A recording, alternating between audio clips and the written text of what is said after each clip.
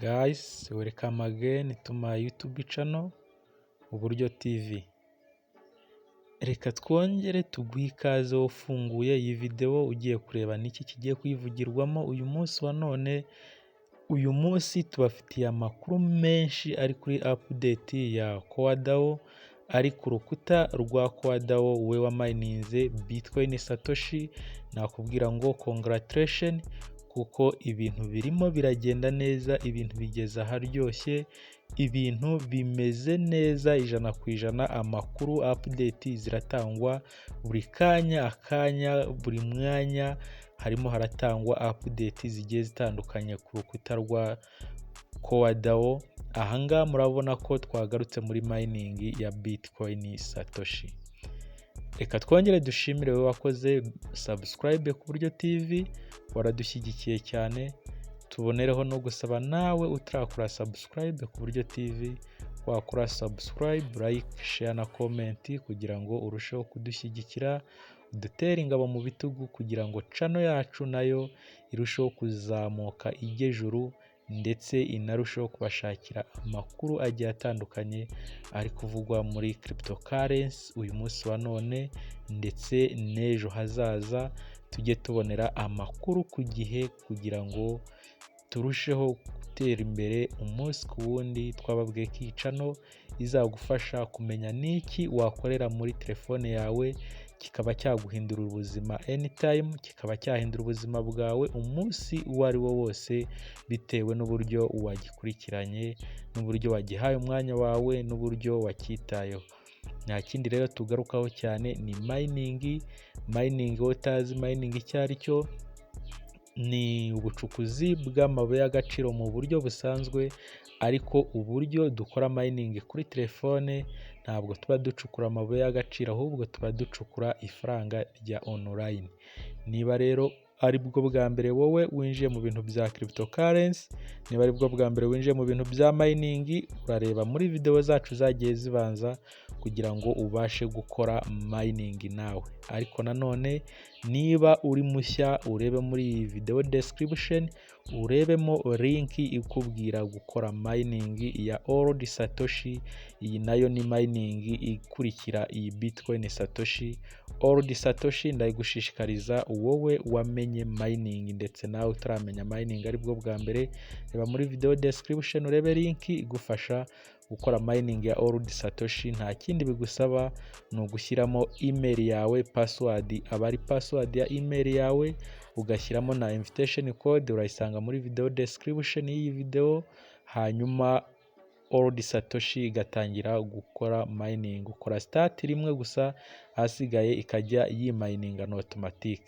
Ahangaha rero ntabwo twari tuje kuvuga kuri Order Satoshi, ahubwo twari turi kubibwira buri wese ko nayo yayimayininga, waba waramenye mining ya Bitcoin Satoshi, waba uri mushya ari bwo ugiye mu bya mining, niyo mpamvu karagaciyemo. Aha rero turagaruka kuri Bitcoin Satoshi cyangwa se Core mining. Ku rukuta rwa Core DAO ahangaha barakubwira ko Core DAO org, the one and only official Core DAO Telegram channel, join here. Ahangaha batanze Telegram ugomba gukuraho amakuru, ugomba kuvanaho amakuru ya Core, ugomba kuvanaho buri kimwe cyose. Niba ufite application ya Telegram muri phone yawe, reba muri video description urebemo iyi link ya Core DAO Telegram channel kugira ngo nawe ujye ubasha gukurikirana amwe mu makuru ari guca kuri Telegram ya Core DAO umwanya uwo ari wo wose, igihe icyo ari cyo cyose, bitagusabye kuba wajya gushakira andi makuru hirya no hino. Ariko nanone mu gihe utabashije gusobanukirwa n'ibyo ba updatinzeho, niyo mpamvu uzagaruka cyangwa se ukajya no ku yandi macano ugashakisha amakuru yashyizweho icyo arimo gusobanura mu gihe utari kubasha kumva ururimi.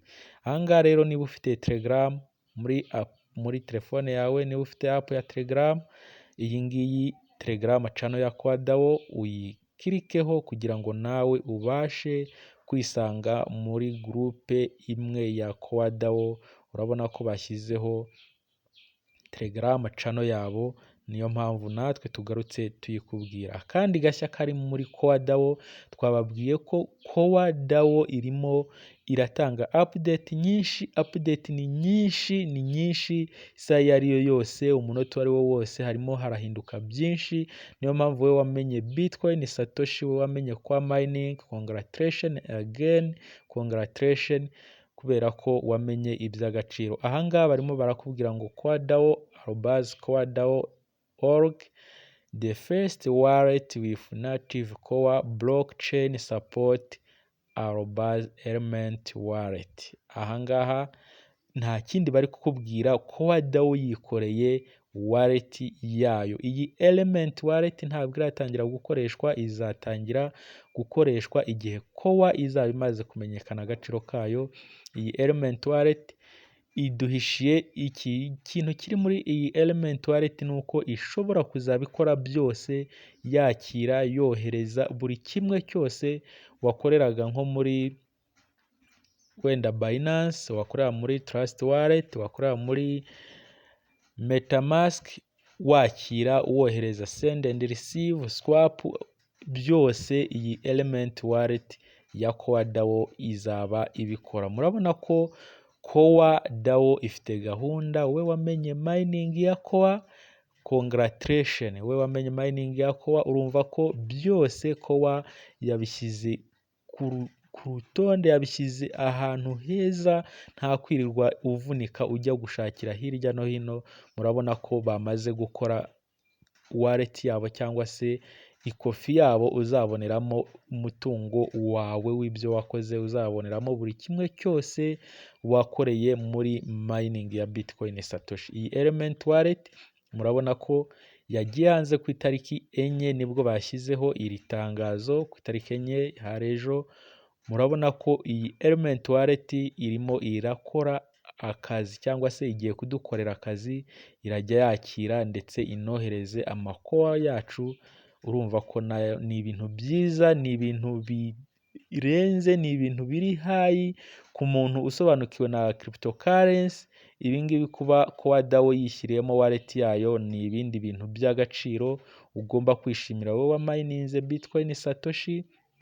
Ahasigaye ukamenya ko ugiye kurya inote zawe witurije. Ariko nanone nubwo twarya inote bwose, ugomba kubishyiramo ubwenge, ukamenya uko utwara ibintu byawe, bitware gake, wirinde guhubuka. Nyamuneka ibintu byawe ubitware gake gake, wirinde kuzayazwa cyangwa se kuzasazwa n'agaciro Core ishobora gusohokeraho. Ahangaha ugomba kubikora gake, ukamenya ko hejuru yawe cyangwa se hasi yawe hari abandi, ukamenya uburyo utwaramo ibintu byawe. Aha ni ku Buryo TV, menya nawe uburyo ukoreshamo ibintu byawe. Method for using everything mbese menya uburyo ukoresha buri kimwe cyose mu byo ugiye kubona mu minsi iri imbere, kugira ngo utazahura n'ibibazo bikomeye wari uzi ko ugiye kugera mu bisubizo.